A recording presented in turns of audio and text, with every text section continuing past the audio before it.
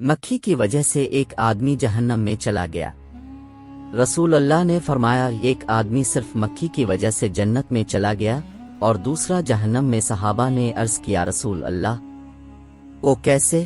نبی اکرم نے فرمایا دو عید ایک قبیلے کے پاس سے گزرے، اس قبیلے کا ایک بت تھا جس پر چڑھاوا چڑھائے بغیر کوئی آدمی وہاں سے نہیں گزر سکتا تھا۔ چنانچہ ان میں سے ایک شخص سے کہا گیا کہ اس بت پر چڑھاوا چڑھاؤ۔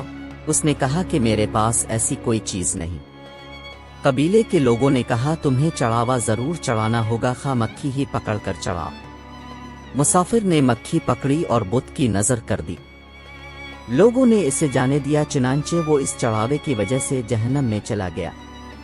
قبیلے کے لوگوں نے دوسرے آدمی سے کہا تم بھی کوئی چیز بت کی نظر کرو۔ اس نے کہا میں اللہ تعالیٰ عز و جل کے علاوہ کسی دوسرے کے نام کا چڑھاوا نہیں چڑھواہے گا۔